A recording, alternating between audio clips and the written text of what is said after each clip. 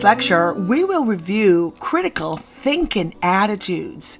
As discussed in my last lecture, critical thinking is a kind of thinking in which you question, analyze, interpret, evaluate, and make a judgment about what you read, hear, say, or write.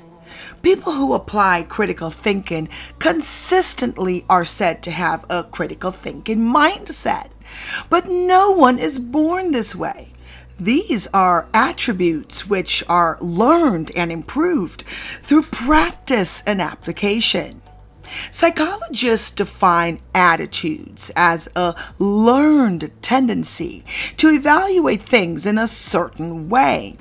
This can include evaluations of people, issues, objects, or events.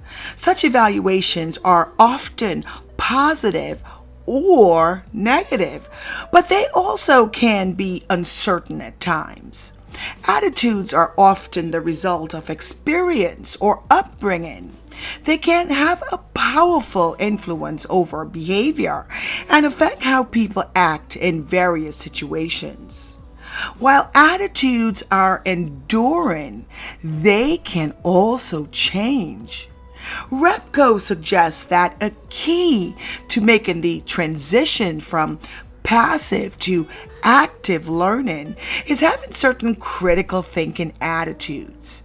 These include awareness of the limitations of expertise, self-awareness, intellectual courage, and respect for different viewpoints. And it almost seems like in today's climate, we have an issue respecting other people's viewpoint.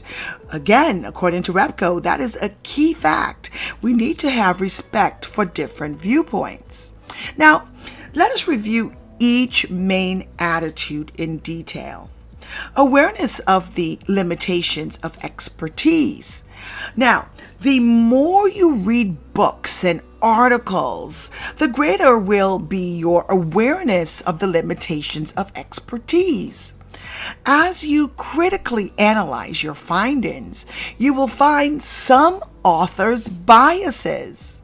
And again, when you are reading different journal articles or different textbooks, not just psychological textbooks, but any book in general, you are going to find that there are some authors' biases. Because why? You are going to be looking and thinking and reading with a critical viewpoint.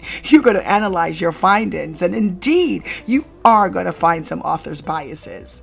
Now, awareness of limitations of expertise will encourage you to read with greater confidence, motivate you to dig deeper into a given subject, and prompt you to develop your own conclusions. So, part of being able to think and analyze information critically, you will be reading with greater confidence. You will be motivated to dig deeper into a given subject matter. So instead of getting maybe 2 or 3 different sources for a particular subject, you might get 8 or 9. You may just want to dive really deep into a subject matter, and it will prompt you to develop your own conclusion. You will gradually increase your confidence level as you develop your critical reading skills and gain practice in applying them. Next is self-awareness. A second attitude relevant to critical thinking about disciplinary insights is self-awareness. Critical thinking involves treating all arguments with the same degree of informed skepticism. When reading, you can embrace your self-awareness by asking yourself 3 key sets of critical questions. First, do you like the conclusions reached by a particular work? Second, why did you like or dislike a particular conclusion? And third, interrogate your attitude towards open-mindedness. Let's move on to intellectual courage. It takes courage both to challenge your own beliefs and worldview and to disagree with your friends and family. Once you start to challenge your own beliefs, you have to be willing to accept a degree of uncertainty for different viewpoints.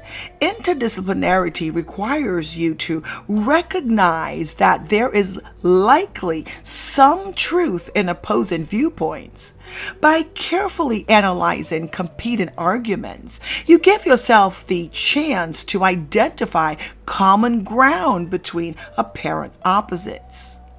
The development of a critical thinking attitude and specific skills relate to logic, rationality, and reasoning that must be fostered to facilitate and enhance future learning.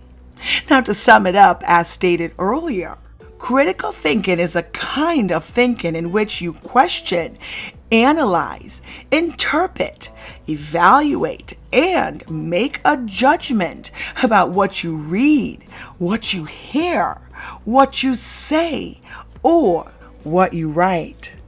In my next lecture, we will learn all about thinking critically about integration and its results.